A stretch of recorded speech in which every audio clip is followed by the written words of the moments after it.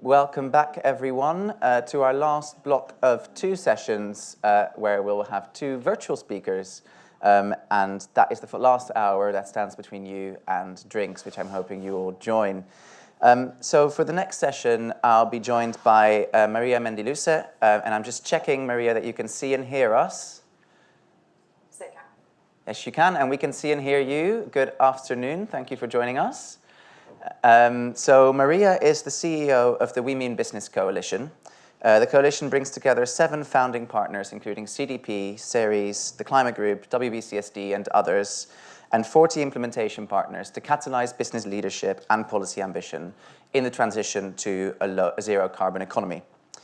Maria has over 25 years of experience in sustainable development, energy and climate action, including at WBCSD, the World Business Council for Sustainable Development, the Economic Bureau of the Spanish Prime Minister, Iberdrola, a Spanish energy company, and at the International Energy Agency. She sits on the executive board of the Science Based Targets Initiative and was a founding member of the board of the Mission Possible partnership, which helps develop decarbonization roadmaps for hard-to-abate sectors. As Chief Executive Officer of We Mean Business Coalition, Maria provides the North Star for ambitious climate action and to support companies to achieve net zero. Today, she will shine her light, pun intended, on the role of media specifically in climate leadership and the need for science-based reporting. And a bit unlike previous sessions we've had today, this is very much going to be an in-conversation session where Maria and I will have a conversation virtually. This is definitely the 2020s. And then there'll also be some time for questions. If you're joining us online, I will again remind you to submit your questions in the Q&A button. Please don't be shy. So starting us off, Maria, then, why does media have a role to play in climate change, and what is special about that role for media? And what would climate leadership look like for a media company? Well, thanks a lot for inviting me, and I would have loved to be there with you, but we do have some representatives from the coalition with you in the room. So my colleagues Josh, Mary, and Pascal are there, and I'm sure they'll be happy to exchange with you after this intervention, during the drinks, which are still, 2 speakers apart, as I can see.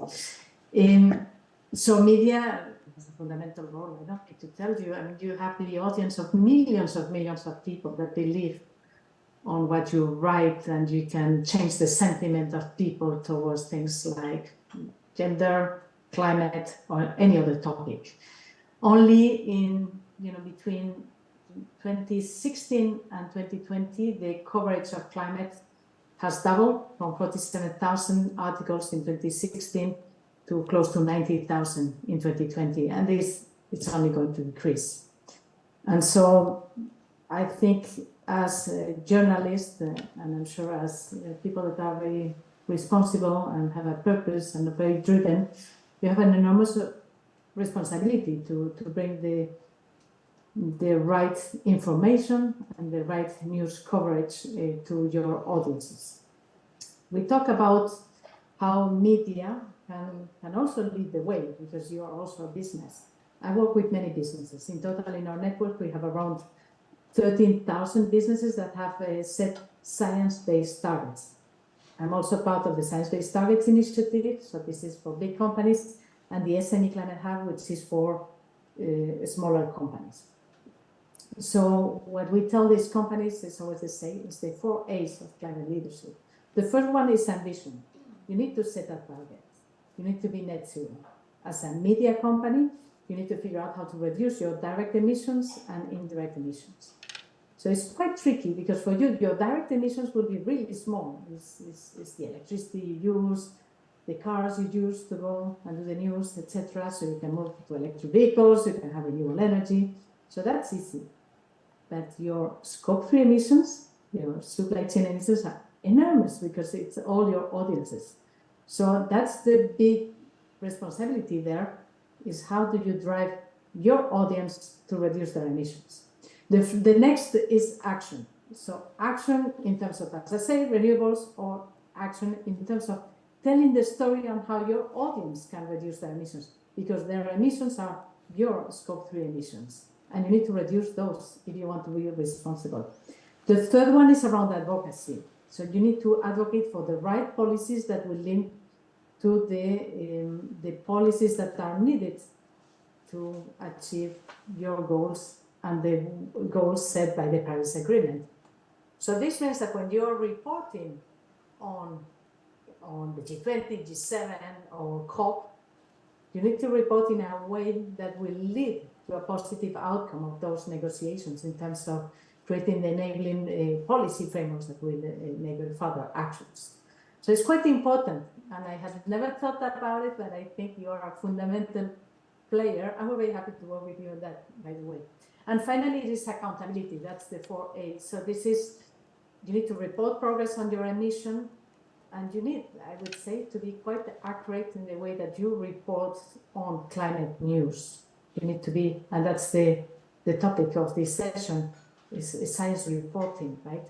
You could be led, to have like impressive headlines, tell that a company is greenwashing or that a country is not meeting their targets. But when you do that, you need to think about what is the impact that your news is going to have on the people that are reading that. And let me remind you that then are you going to encourage them to have more climate action or not? Because some people might say this is impossible, we can't do anything, so let me stop doing anything because we have screwed, because the government has not come to an agreement, because this company is cheating. Is that the outcome you want to do? And then, when you select and go after the companies that are having some climate action, do you want to point finger to those that are doing action, or do you want to point finger to those that are not doing any climate action? Let me stop here. Thank you, Maria. And just picking up on something you said there, which was interesting, the emissions of the audience, or the scope 3 of the companies in the room. Can you expand a bit on what you mean by that? Because I can imagine, for example, of course, the actual emissions from watching TV content, for example, could be included in that. But do you mean by that more generally, the emissions from people in society? There's a responsibility there for media. Is it limited to consuming the media content, or does it go beyond that? I think it is about consuming the media content, but by the content that you are showing also has an influence on the emissions of those people looking at that content. So, to be honest, I'm not sure that is included. I will have to check. But it is, but you are definitely having an impact there, an indirect impact. Yeah. So if in your shows, you're showing, electric vehicles, that's easy. There's no anxiety about charging and things like that. That will lead to some action by the audience. That is positive, and it counts. It counts as part of the impact that you're having on society. It might not directly count as a scope 3, but I'll have to check on that because I'm now really curious about it. Yeah, and well, this is exactly what I was trying to get at there. It might not be part of the official scope 3, but it's definitely, I think, part of the responsibility of media companies, and that's something that we've explored in previous conferences. I mean, there's a very interesting debate going on at the moment in advertising, for example, in terms of the emissions from driving consumption, how much of that is responsibility of the advertiser versus the brand who manufactured the product versus the consumer. It's not probably scope 3, but there is a responsibility there, and where do we apportion that responsibility is a live discussion. You started talking around kind of the opportunity for media companies to integrate more climate into their content.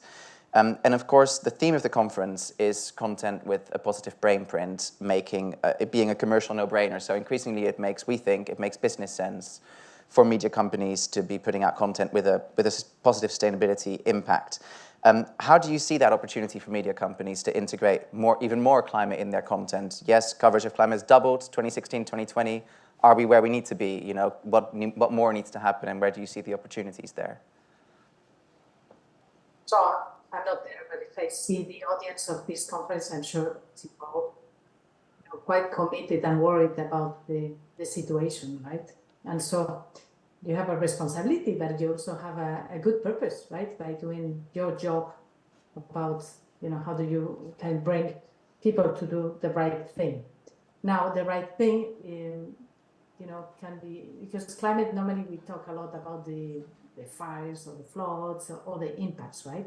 But there is a much more positive and engaging storytelling around actions that people in the street or that companies can do that lead to a shared purpose, a shared action. We're part of the same team. We're driving, either we win or we all lose, because that's what climate is about.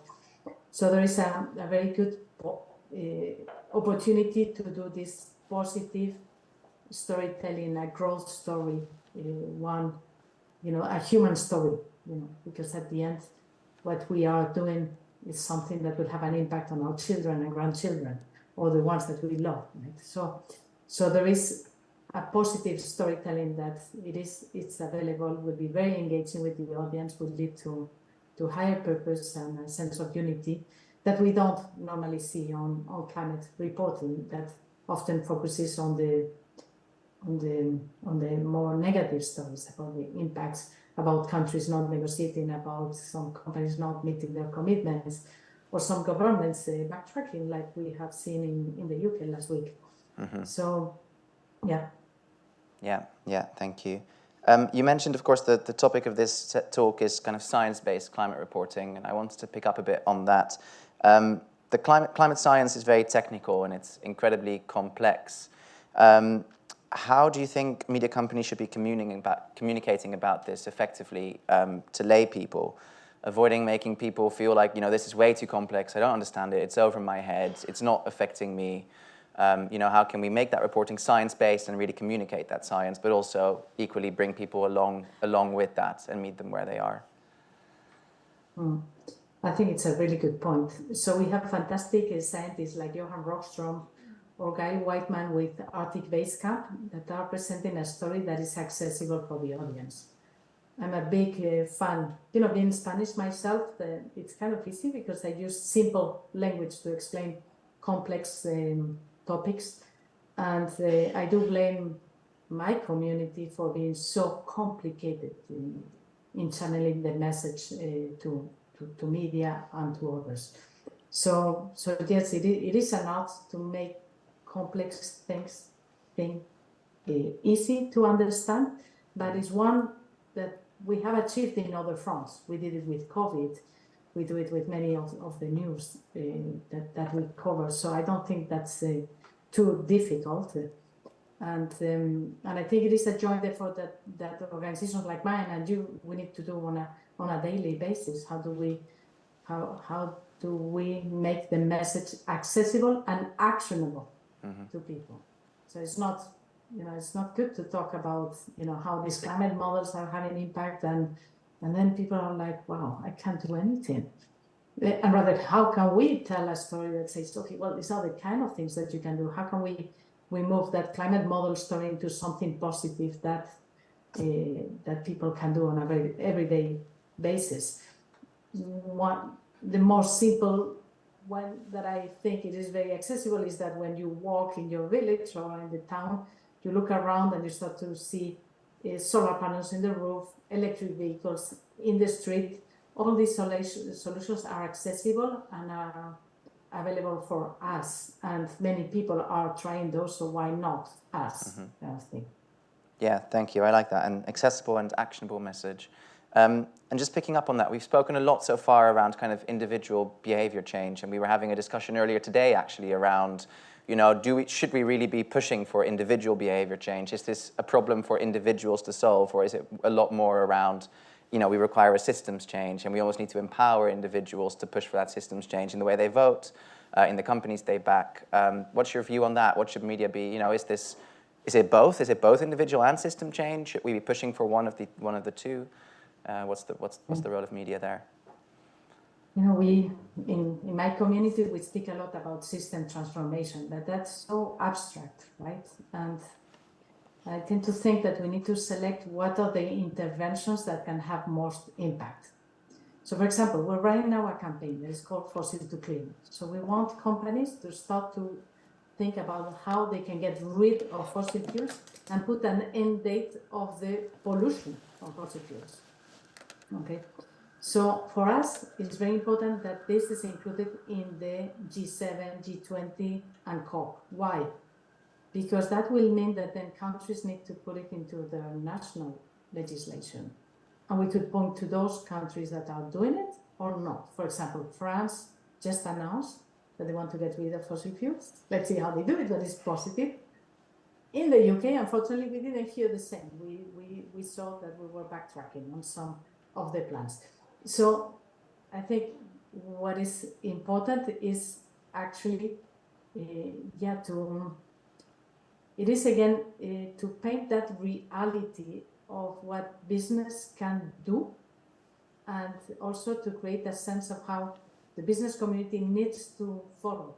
The same with net zero targets. Only a few companies started back in 2016. Now we have 13,000 of companies. Okay, so is it about the incremental having one more company, or is it about how do we convince regulators and policymakers? We call it the ambition loop, that actually, if 13,000 companies have done it, you can put in place regulations that will force companies to have it, and then we can get to the millions, and that's what is going to have the transformational impact. So, as I say, there are, actually a lot of policies that can lead to the change that is needed. We had an example that we all have lived, is how did we move from incandescent lighting to LED lighting, which incredible benefits from our pockets, right? And we were all hesitant about doing it. And this is because some companies led the way and say, I'm not going to sell any more incandescent lighting, I'm moving to LED. And also that was backed by governments doing the same. Those interventions can have huge impacts, and they make small decisions by many consumers, but that are triggered by either company only selling some products or governments mandating certain things. Yeah, thank you. Just switching topics slightly, but one that is very current at the moment, and I'm hearing it with lots of companies, including some of those in the room yesterday over dinner. We've long heard about greenwashing as a risk for companies, being seen to be talking too much about what they're doing environmentally, but actually not having the evidence to back that up, or putting things in a greener or better light than they actually are. But increasingly, I'm hearing about green hushing, companies holding back from actually talking about the great work they're doing to reduce emissions, or on other environmental initiatives for fear of backlash. How do you think we should navigate this, and what would your advice be to company which is thinking, do I even stop talking about this externally because I'm so worried that whatever I say, it's going to be either called greenwash or there will be a backlash? Yeah. I think this is very present in our day-to-day conversation with companies, because the reality is that there is 13,000 leaders and millions of companies that are not doing anything. But media and some governments, are fixated on, criticizing that some of those leading companies are not doing good enough. Okay, not that governments are doing much better, honestly, but yeah, there is a lot of blame, and shame towards some companies' announcements, right? And so then companies that are not doing anything, they say, why should I? Because I don't want to be criticized. And companies that are doing some, good things, they say, I'd rather not say anything because this is not perfect. It's not perfect science. I mean, companies are trying to, to win a battle that is very difficult, because right now fossil fuels, are subsidized in many markets. There's no pricing of externalities of pollution. There's no pricing of pollution. So, renewables or clean solutions are more expensive because fossil fuels are not taxed, because they should be taxed by the environmental and social costs that they carry, but they are not. And so some companies are trying their best, but sometimes they can't manage. And then they might say, okay, well, I can't reduce my emissions, but let me maybe compensate by removing emissions elsewhere. And then they are attacked by doing that, right?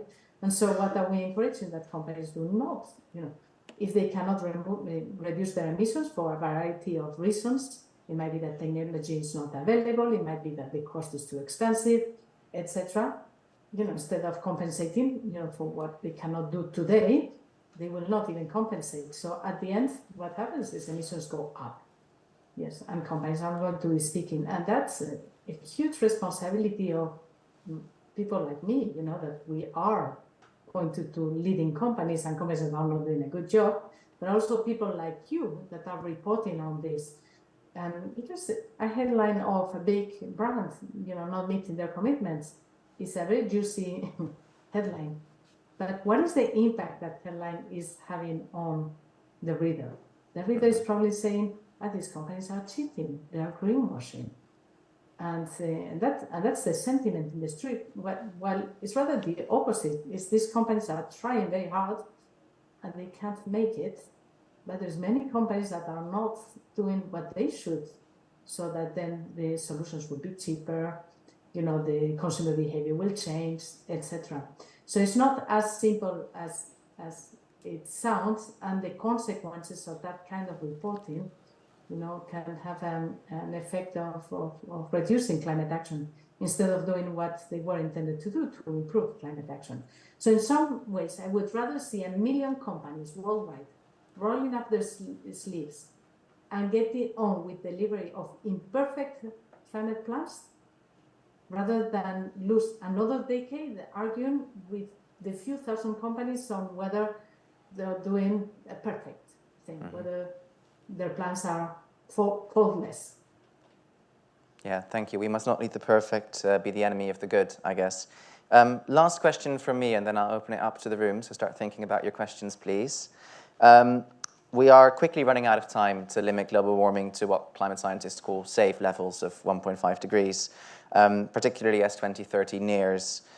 Where do you think we'll be in, say, 3 to 5 years, and what will media have had to change to enable that? Well, where we want to be is in a moment where fossil fuel demand is decreasing. Once the demand of fossil fuel decreases, then emissions will decrease. So we need to peak emissions and reduce them. According to the science, we need to halve emissions by 2030. I'm not sure if we will get there. We might overshoot 1.5, okay, because we're close. And as much as we want to keep it alive, then there are the realities of the science and the emissions in the atmosphere that are not removed one day to the other. But every fraction of the degree matters. So we will do everything we can as society, and you need to do as media, to be as close as possible to 1.5, with the idea that then we can remove emissions so that we can keep that goal, which it is essential to keep life as we know it in our planet. So my ask to all of you is to, when you report on these issues, think about how can we solve this problem, rather about how can we talk about the problem itself, which is something that we tend to do, and I do myself. And I need to remind myself, no, let's think about the solution. Let's think about how can we bring emissions down. Let's think about how the reader is going to move to act or to be depressed in their living room. Yeah, great. Thank you very much, Maria. I will open it up to the room and see if we have any questions. Please remember to say who you are and where you work, so Maria knows who she's speaking to.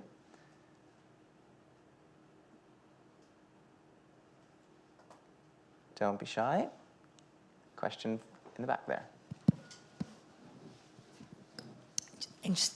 My name's Danielle Mulder. I'm Director of Sustainability at the BBC. Thank you so much. It's great to meet you, by the way, virtually, but lovely to see you, and a great presentation there. My question, how do we get to this multilateral position? Multilateralism is essentially what we need. It was quite an interesting presentation recently by the IEA, saying without multilateralism, we're not going to get there, basically. I'm just interested to get your view on, how we achieve that, because it feels like we could make this really easy for business, couldn't we? We could make it really easy. We could say to every business in the UK, if you're going to operate in the UK, you've got to halve your emissions by 2030. Yeah. You can remove all that sort of gaming it and optionality, and is it mandatory, is it not mandatory, what do you have to disclose? Because if you're in the job of doing this, it's complicated, right? There's all this alphabet soup stuff going on, and you have to figure out what the tolerance is of companies. And I think a lot of boards and in companies are also trying to contain this. You know, we're part of a containment strategy to sort of, you know, you've got a director in place, you've got people reporting and disclosing. I'm being a little bit cynical now for agitate.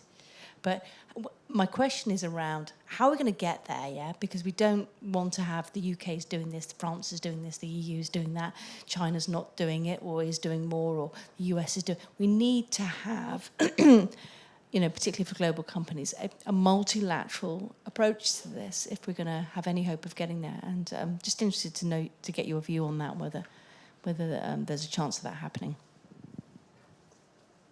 I think your question is very relevant, and one that we are grasping ourselves at Women Business. So we are currently doing the corporate global stock take to take a look at what companies have done since Paris, where are the gaps and what needs to happen. And one of the conclusions is that we need to drive this collaboration, but I'm not sure what is the word, because multilateralism, if it involves the 190 countries on the world, we're not going to get there. But if we can get the 20 countries and the 20 companies that matter to collaborate, then we can have a very impactful outcome. And I am hearing, and we will hear more, of the concept of the climate clubs, which was launched by the German Chancellor during the G7 tenure, and it's been discussed, whereby there might be a group of countries that are coordinating and working together towards certain goals, and that will inevitably, make others probably want to follow, even if they're not part of that group. Now, that's good for business, because it is also that, business likes to have a coherent long-term regulations, right? And it doesn't work when we have one government and then they change their views, then there is another one, then one country has a different regulation or specification for products, etc., right? So if we could find through those clubs certain harmonization on the basics, it would be great. I think I mean the basics, because you still want to leave space for competition and for a race between the different countries and different policies that will lead to certain outcomes and certain innovation there, right? But I think the fundamentals need to be agreed across these organizations. So more concretely, there is the CBAMs, no? I think you probably know that Europe is going to put to some countries that do not have ambitious plans. Well, maybe the US will do the same, okay? And that would be very interesting, because that will unite Republicans and Democrats. And it's not that they unite very often, so that it is great news for climate, and that will lead to the outcome we want to do in China, by not allowing some of the Chinese imports, which is what they are trying to do in certain instances.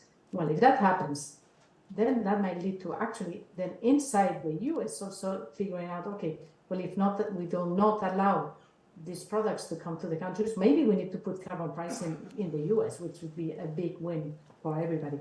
So anyway, there is some interesting threads of collaboration across Europe, US, Japan, and others that could be quite interesting, to level the playing field, so that if countries are not doing what they should through this taxation of international trade, we could lead to them doing what we think they need to.